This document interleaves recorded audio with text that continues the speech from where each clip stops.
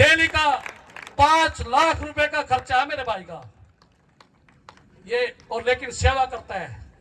दिल्ली में कोई चला जाए, जो लोग इसको जानते हैं, जितना बड़ा हमारा घर है इतने बड़े इसके बेडरूम है। यहाँ के किसी प्रशासन से डरता आपका बेटा, ये नोट कर लो, किसी प्रशासन से डरता, चाहे वो कोई भी हो। अगर मेरे समाज के लिए, अगर मेरे आम गरीब व्यक्ति मजदूर के को तंग करेगा तो मैं उसको नहीं छोड़ सकता, ये मैं आपको वादा करता हूं। और ये जिस व्यक्ति को मेरा पता है उसको पता है कि बाबूराम कौशिक क्या चीज है। और लेकिन आप लोगों का मैं बेटा हूं, हमेशा ऐसे ही रहूंगा। वो बात छोड़ दो कि लोग बड़ी बड़ी गाड़ियों में आते हैं। आपका बेटा 20 साल से मेहनत कर रहा है, पूरे इलाके में घूमता है। कोई ऐसा गांव नहीं है जिसमें मुझे नहीं जानता हो, कोई ऐसा अधिकारी नहीं है जो मुझे नहीं जानता हो, कोई ऐसा मुख्यमंत्री नहीं है जो मेरी उम्र से, जब से मैं चला, मुझे नहीं जानता हो। 6-6, 7-7 स्टेटों के मुख्यमंत्री मुझे जानते हैं, केंद्रीय मंत्री मुझे जानते हैं। ये मैं अपने वो नहीं कह रहा हूं, मैं आपको बताना चाहता हूं। और आज ऐसी शख्सियत मेरे को आशीर्वाद देने के लिए पहुंची है इस इलाके में। मैं ये कहता हूं, इतना बड़ा नेता मैं, क्योंकि ईडी और छापे आ जाएंगे, ये बहुत डिमांड है, हमारा भाई है, वे जो शख्सियत है, वो ताकत है जो आप टेलीविजन पर देखते हैं, एनडीटीवी, इंडिया टीवी, नव भारत टाइम्स, सब पे हमारा भाई आता है दौड़ता हुआ। इसके यहाँ भी हर रोज पुलिस भेजी जाती है, इसके यहाँ भी पुलिस खड़ी रहती है, इसके यहाँ ईडी जाती है, इसके यहाँ सीबीआई रहती है, लेकिन कुछ नहीं मिलेगा क्योंकि ये मेहनती आदमी है, मेहनत की है।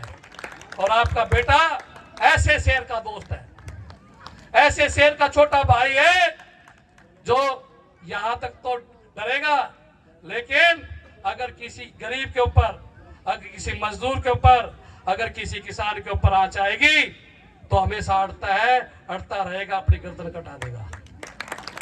एक बात और मैं कहना चाहता हूं, हमने करनाल से पिछली बार भी मैं पैनल में था, 4 दिन तक ये टिकट लेट कराई, नहीं तो टिकट एक नेता के हाथ में थी, दे देता 1 मिनट में, क्यों नहीं थी?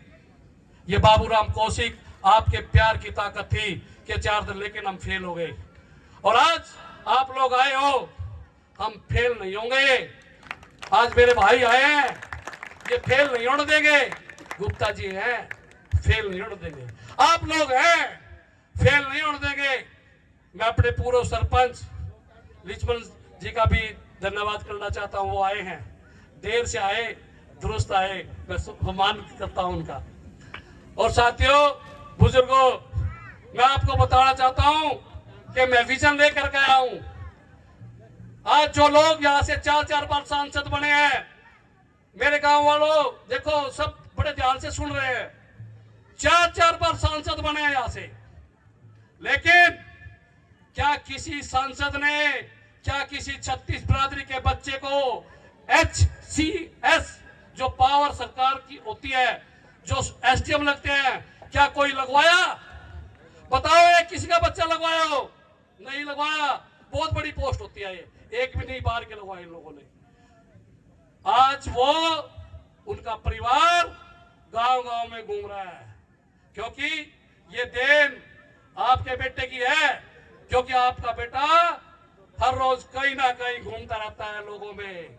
हर रोज निकलता हूं घर से, मेरे गांव वालों को पता है कि एक बच्चे को अगर कोई ये कह दे कि बाबूराम ने वहां पे गांव की बेइज्जती कराई है, तो उस दिन के बाद जाना छोड़ दूंगा मैं बाहर।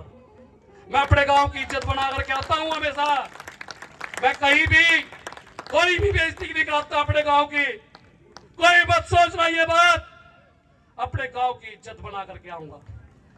और आज दूसरी हमारा विजन, फिर दूसरे लोग आए, 10 साल सांसद रहे, हमने बहुत प्यार दिया उनसे, इतना प्यार दिया, बहुत भारी भरकम वोट से जिताया, हम जानते भी नहीं थे, वोट दिया। 10 साल क्या किया? सिर्फ बहकाने का और डराने का काम किया। इसके अलावा किसी का कोई काम नहीं किया। किसी का बच्चा 3 स्टार डीएसपी लगवाया, किसी को गरीब आदमी को पेट्रोल पंप की एजेंसी नहीं दिलवाई, किसी को काम धंधे नहीं दिलवाए, सिर्फ मिट्टी गोली दी। मैं आपको तीसरा और बताता हूं।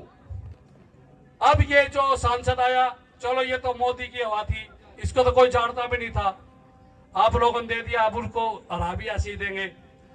अब मेरा जो विजन है मैं आपको बताना चाहता हूं, क्योंकि मेरे गांव की रिश्तेदारी साहब जी, यहाँ पर लगभग 650 गांव हैं और नगर पालिका हैं, 2 नगर निगम हैं, नगर परिषद हैं, और मेरे गांव के पूरे इलाके में रिश्तेदारियां हैं। मैं इनको बताना चाहता हूं कि हमारा विजन, आपके बेटे का विजन क्या रहेगा 2024 में।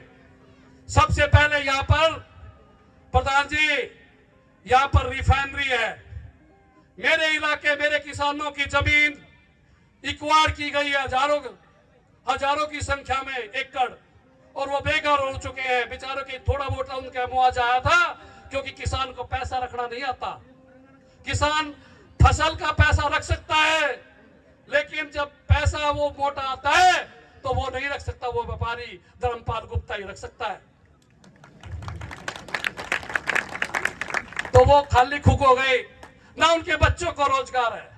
मैं इस चीज का ठोक के दावा करता हूं, अगर आपको ताकत मिलेगी तो 14% हिस्सा मेरे युवाओं बच्चों को, और जिन किसानों की जमीन गई है उनको हर परिवार से नौकरी दिलवाने का काम मैं, जो भी हमारे प्रधानमंत्री होंगे उनसे लड़ करके प्यार से पार्लियामेंट में ऐसा एक ऐसा नियम बनवाएंगे कि हर बच्चे को रोजगार मिलेगा। सर, मैं विजन से, ध्येय से यहाँ हूं। मैं ऐसे नहीं हूं कि मैंने राजनीति किसी तरीके से, कोई कहता है कि राजनीति में पैसे चलते हैं, मेरे पास कोई पैसे नहीं है। राजनीति में प्यार चलता है, राजनीति में मोहब्बत चलती है।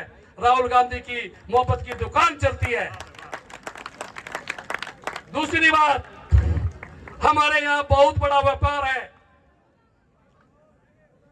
मेरे गांव वाले ध्यान से सुन लो, यह बहुत सारा व्यापार है चावलों का, जिसमें मेरे बेरोजगार बच्चे पढ़े लिखे सबसे ज्यादा नौकरियां, क्योंकि और उनका व्यापार बढ़ाने का काम जब हम करेंगे तो वो लोग नौकरी देंगे।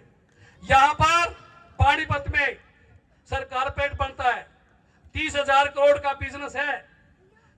कांग्रेस पार्टी की सरकार में बहुत बड़ा एक्सपोर्ट होता था, जॉब डाउन हो गया है।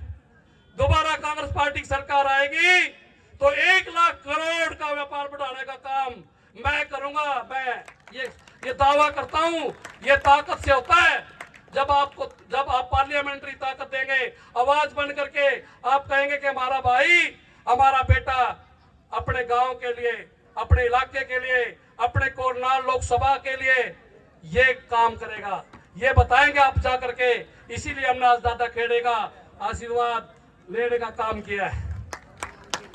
तीसरी एक सबसे बड़ी बात, क्योंकि यहाँ व्यापारी नहीं बैठे गुप्ता जी, या मजदूर, किसान, गरीब बैठे हैं, उनकी बात मैं कहना चाहता हूं।